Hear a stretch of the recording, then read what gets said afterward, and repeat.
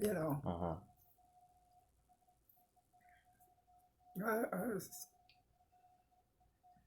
like I say, there may come a time when I'll be glad to get a piece of hog head cheese, but Today's not that day, huh? it ain't here yet. It may be 2 months from now, but it ain't here yet.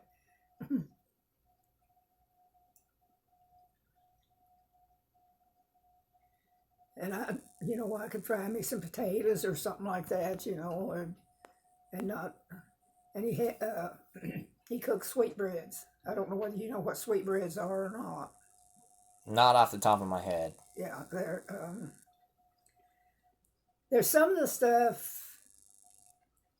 If I never had to see it or didn't have to cook it, then I could eat it. Uh-huh. And liver was one of them. Mama used to make good liver and onions, but I couldn't eat that because I worked up there at the locker plant where I had to wrap the liver, for freezing. And they'd slice it, the beef liver, Most of the pork liver, I think the people took it home with them, most of the pork liver. But the beef liver, and they'd be great big huge beef livers, Wow. and they'd slice those. Well, of course, the paper was wax paper on the inside, Mm-hmm. And you lay your liver on there. Well, it was slick, and the Yeah. liver was slick, so you know, and you're folding your paper over, like bring it up here like this and fold it over like that, Uh-huh. and fasten it down like that, and then you fold the ends of it up like this and down like that on each end. Well, while you was folding this end down, the liver would crawl out this end. That sounds very appetizing. And I just got where I couldn't eat it. Yeah. I just couldn't. Yeah. That's probably the. No, I can eat chicken livers already cooked, Uh-huh. like Lee's chicken livers and stuff like that. I like those, but I just got where I couldn't eat the liver that we worked up there. And I can't eat deer meat for the same reason, because we worked up a lot of deer, and I couldn't eat deer meat either.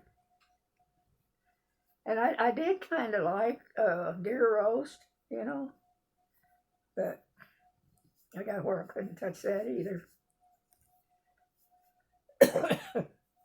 Because people are stupid when they go deer hunting. They would go out right at the break of day, just as the beginning of daylight. And if they kill the deer first thing, if it happened to be a big one, with a big rack on it and all that kind of stuff, then they would haul that around. Well, they would gut it out in the field, Uh-huh. field dress it out in the field. But then they would haul that deer hanging on the back of their truck all around for hours, showing everybody their deer. I'm sure that wasn't very fresh. And then bring it in to be dressed, Huh. to be skinned and cut up. Ooh. By that time, that deer was smelling. And I know there was twice we refused to cut them up because they had hauled them around so long, Uh-huh. and if they didn't field dress them, we didn't cut them up, because they would go bad quick. Now, if you field dressed it, it took longer, but it's a wonder I can eat any meat at all. I think that's why I stick to bacon and sausage, because I know it's pretty much safe. Yeah. But I don't want to do that no more. like I say, there ain't no law says I won't have to, but I'll know better how to take care of it, you know. And I notice I've got a note up there. Marty asked me how to churn butter. Mhm. If he had a milk cow, you know, how to churn butter. Mhm. And I've got that wrote down on a piece of paper, stuck up in there somewhere for him, how to go about. Because you can put, you, um, if you've got a jar of milk,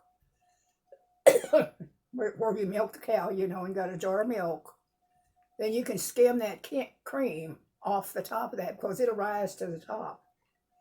And sometime it may be that thick, you know, in there.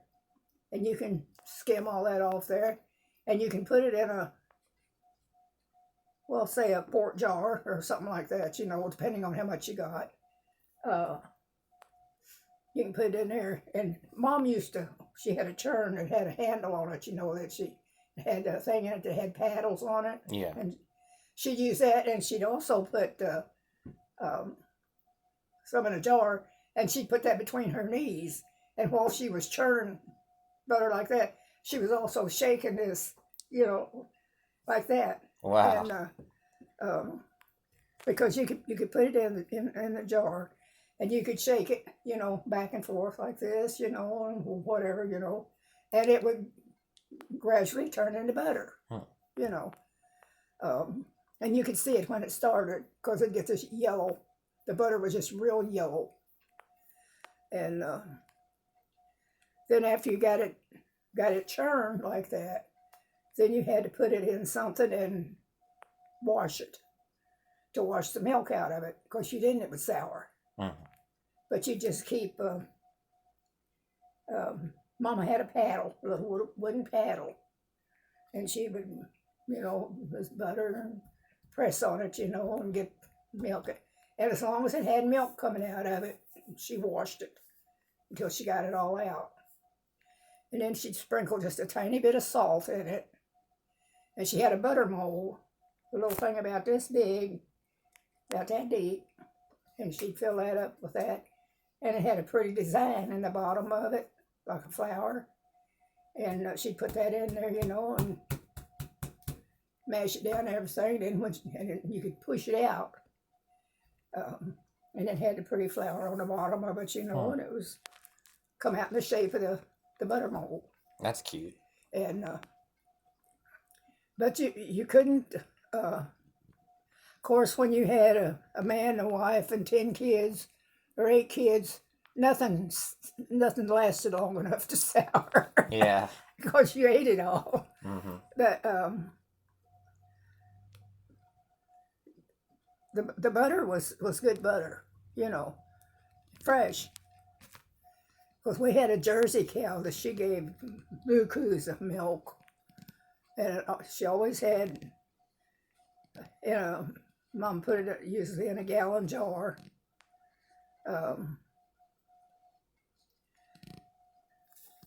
Sometimes she had crocks, gallon crocks. Do you know what a crock is? The only Crocs I know are the ones you wear on your feet. Yeah, okay.